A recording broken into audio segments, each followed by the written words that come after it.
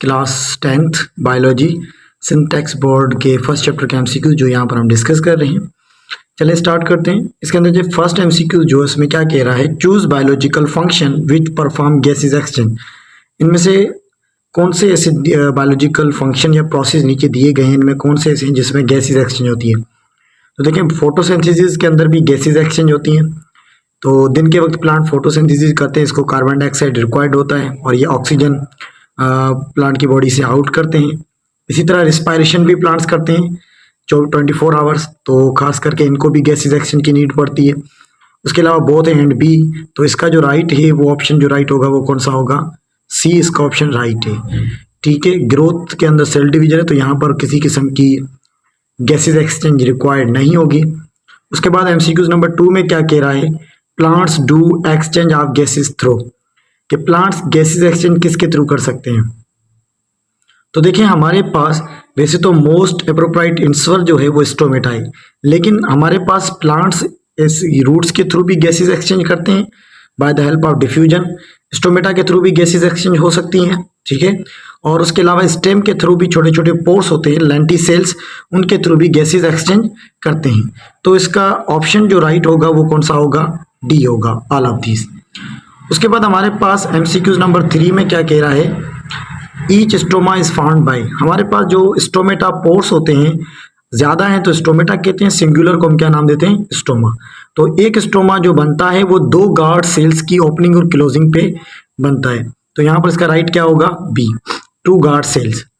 उसके बाद हमारे पास एमसीक्यू नंबर 4 है, respiratory surface possess following properties. Respiratory surface की कौन कौन सी प्रॉपर्टीज होनी चाहिए इफिशिएंट गैसेज एक्सचेंज करने के लिए। तो हमारे पास ए राइट है, थिन एंड वेट भी होनी चाहिए, परमेबल भी होनी चाहिए और सरफेस एरिया उसका क्या होना चाहिए, लार्ज होना चाहिए। तो इसका ऑप्शन राइट होगा वो क्या, डी।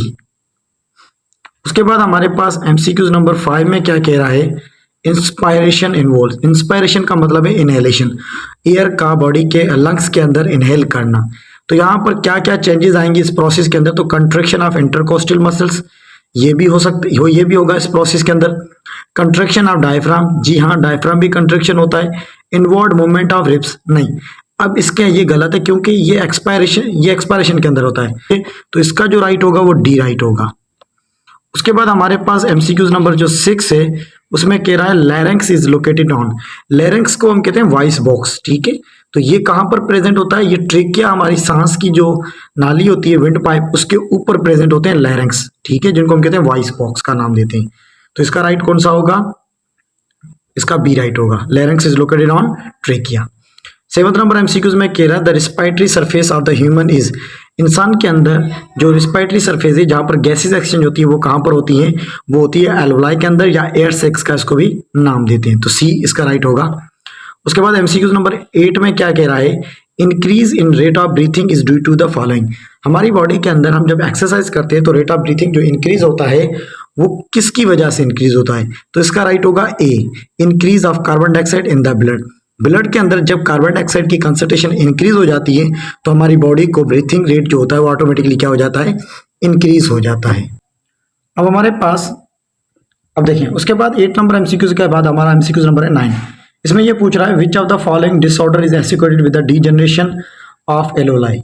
कौन सी ऐसी बीमारी है जिसके अंदर एल्वोलाई जो होती है वो डीजनरेट हो जाती है। तो इसका ऑप्शन जो राइट होगा वो कौन सा होगा, वो डी होगा, एम्फाइजेमिया। तो इसके अंदर क्या होता है, डिग्रेडेशन हो जाती है या हम कह सकते हैं डीजनरेशन हो जाती है एल्वोलाई की। उसके बाद लास्ट एमसीक्यू 10 नंबर क्या कह रहा है, which of the following disorder is associated with the inflammation of air passageway. Air passageways के इन्फ्लेमेशन को हम क्या नाम देते हैं, ब्रोंकाइटिस का नाम देते हैं। इसके अंदर ब्रोंकाई जो होती है वो इन्फ्लेमेशन हो जाता है उनके अंदर। तो उसका राइट था ए, ठीक है।